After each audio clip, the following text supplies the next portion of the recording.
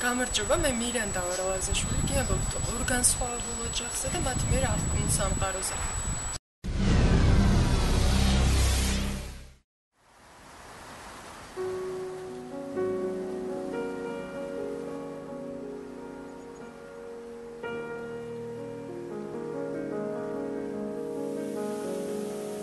სინათლოსთვის ეს ფერადონება ნაკლებად გასაგებით არის.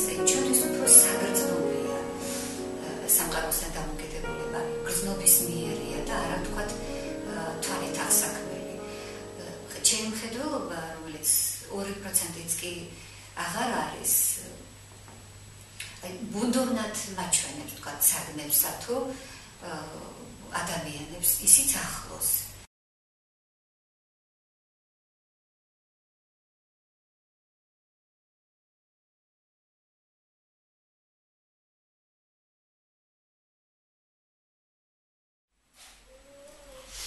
ბავშვობაში, როცა სკოლიდან მოვდიოდი სახლში, რა უნდა მეკეთებინა, არც მესმოდა და ვერც ვლაპარაკობდი. ძალიან ბევრი დრო მქონდა და ხატვა დავიწყე. მერე გემების კეთებაზე გადავედი.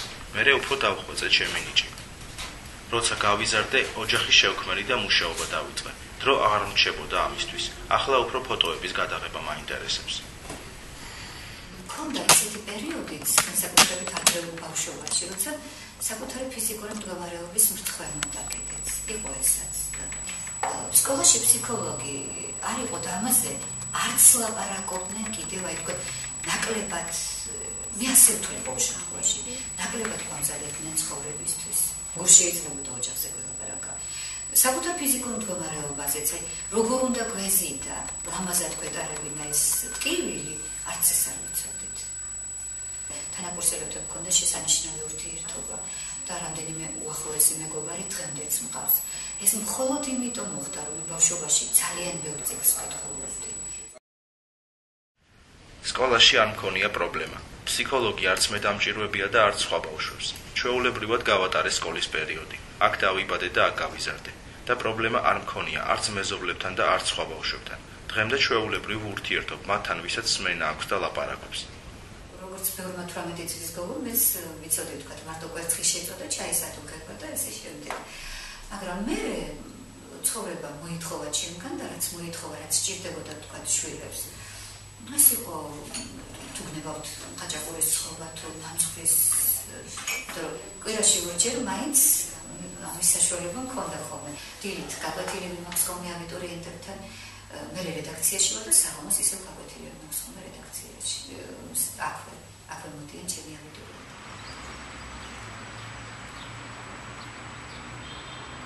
ყოველდღიურად ხდება თითქოს ერთმანეთს. ამბულ დროს ხშირად ხდება ის, რომ ცოტა უფრო მცალია სამსახურიდან გამომდინარე და ვაცილებ ხოლმე. დედაჩემის ადგილას არასდროს რა, მამა ხო ვერ ხედავ საერთოდ და მამას ადგილას წარმოვიდგინე, თვალი დამეხუჭა და გამივლია რა. ცოტა მანძილი რომ მეთქი როგორია ეს, რომ შემიგრძნო ალბათ, ნუ რას ფიქრობს რა. რომ მეტად გავუგო ამის გულისთვის რა. როგორც დედასთან ძალიან მეგობრული დამოკიდებული მაქვს, ისე მაქვს მამასთან, როგორც მასაც მე ეგრევე ვარ რა. კარგია მე ეს მომწონს. მომწონს დედა რასაც აკეთებს რა.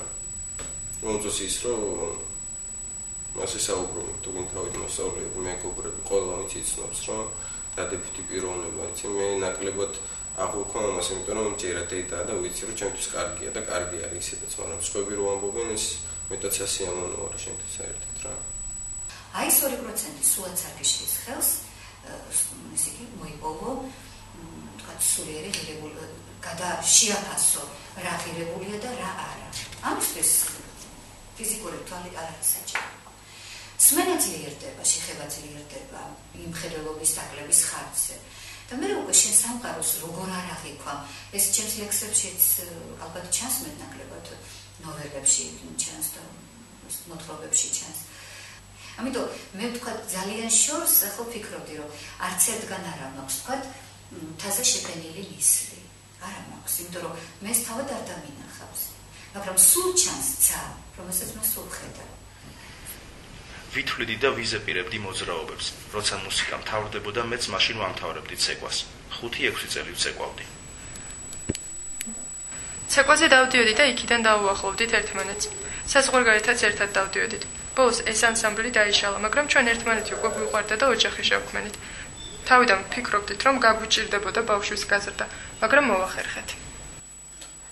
უსიამოვნო კავშირი აფინანსებს ჟურნალს და მიხდის 255 ლარს თვეში.